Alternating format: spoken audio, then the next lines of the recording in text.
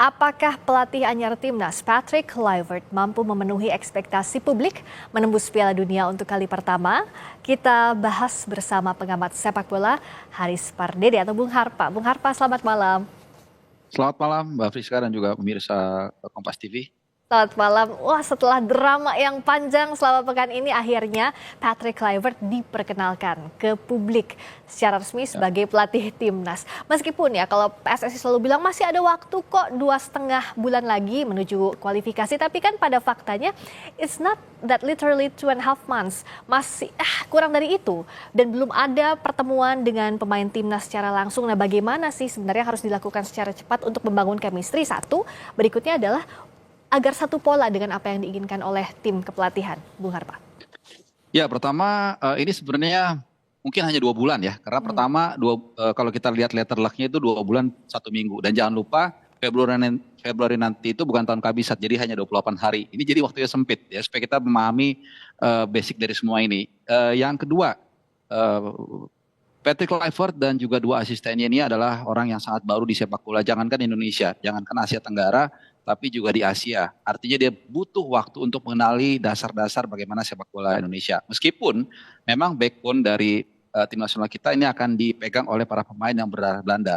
Tapi ya itu tadi di konferensi pers pun dia juga mengatakan akan memperhatikan pemain lokal. Dan ini adalah sebuah awal yang bagus. Sebuah persiapan yang memang dimulai dari scratch, dari nol yang harus disiapkan benar-benar. Jadi 2 bulan yang menurut saya waktu yang sangat singkat untuk bisa mempersiapkan ini semua, sehingga kalau dikatakan akan ada banyak perubahan yang dilakukan oleh Patrick Kluivert, I don't think so. Karena memang dia harus juga melihat apa yang sudah selama ini jalan, dan kemudian apa yang bisa diimplementasikan di sana. Yang terpenting adalah kalau kita lihat kenapa seorang Patrick Kluivert dan juga 2 asistennya ini dibawa, karena untuk mengakomodir situasi di ruang ganti yang dianggap sudah tidak kondusif lagi ya menurut PSSI dengan para pemain diaspora. Maka dibawalah istilahnya pawangnya untuk bisa membuat anak-anak ini menjadi satu kesatuan. Dan ini adalah yang menjadi ditekankan juga di konferensi pers yang baru saja dilakukan di Hotel Mulia. Bagaimana Patrick Kluivert berkali-kali menggunakan kata mentransmisikan, mengirimkan apa yang dia mau untuk diterapkan oleh para pemain. Meskipun yang saya katakan tadi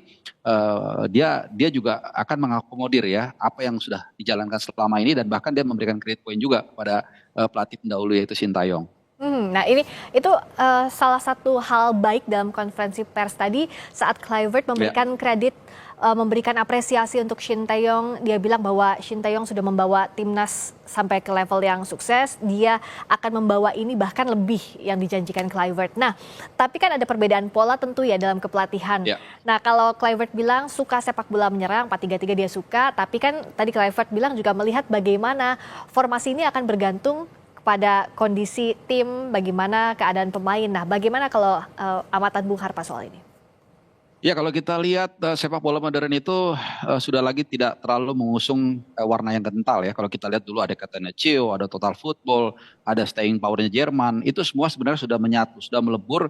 Kalau kita lihat di sepak bola kontemporer ini lebih kepada high pressing, kemudian build up serangan. Ini yang lebih dikedepankan. Itu yang pertama. Yang kedua, kalau kita lihat jawaban dia, memang dia punya gaya permainan tersendiri. Tentunya itu adalah salah satu juga alasan kenapa Patrick Kluivert kemudian ditunjuk menjadi pelatih tim nasional Indonesia. Tapi jangan lupa kita bukanlah tim yang kuat, paling kuat di Asia ya. Di grup ini kita dari ranking adalah yang paling bawah. Sehingga lawan-lawan kita secara peringkat ada di atas kita. Mungkin sama paling enggak ya, karena dengan masuknya beberapa pemain diaspora, sehingga pendekatan ini juga nggak rigid ya. Kecuali kita memang benar-benar tim yang superior, katakanlah seperti Prancis atau Brazil yang memang memainkan pola yang mereka suka. Tapi itu pun kalau kita berkaca ke Argentina 2022, mereka juga kadang-kadang begitu 1-0 mereka juga agak lebih compact defense. Jadi apa yang dikatakan oleh Patrick Kluivert itu sama sekali bagus ya. Tapi itu adalah jawaban template yang ketika di lapangan nanti, apalagi dia sudah mengatakan akan menargetkan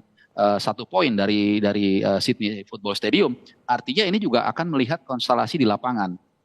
Siapa lawan yang akan dihadapi. Ketika lawan nanti kita akan menghadapi Australia yang secara materi, secara peringkat dan mereka akan tampil sebagai tuan rumah ini terbilang berat. Saya rasa juga tidak mungkin Patrick Kluivert akan memainkan total football murni. Nah, tapi mungkin nanti 5 hari berselang tanggal 25 Maret di GBK, lawan yang kita hadapi Bahrain yang menurut saya kita tidak tidak jauh beda levelnya atau katakanlah sama, di situ mungkin baru kita akan melihat sedikit banyak warna dari total football yang akan diusung oleh Patrick Kluivert.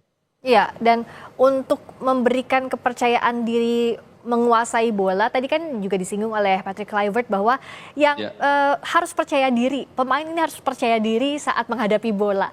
Nah, apa sih yang jadi catatan Bung Harpa soal ini dibandingkan dengan pola permainan para penggawa timnas?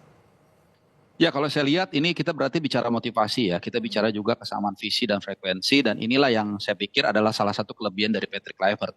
Kalau kita lihat dari usia-usia para pemain diaspora ini terutama adalah 20 sampai mungkin paling tua itu Tom Hai 29. Jadi artinya ketika mereka mungkin mulai masuk ke SSB, orang yang dilihat mereka adalah ya Patrick Kluivert, mungkin Roy Mackay atau mungkin Ya.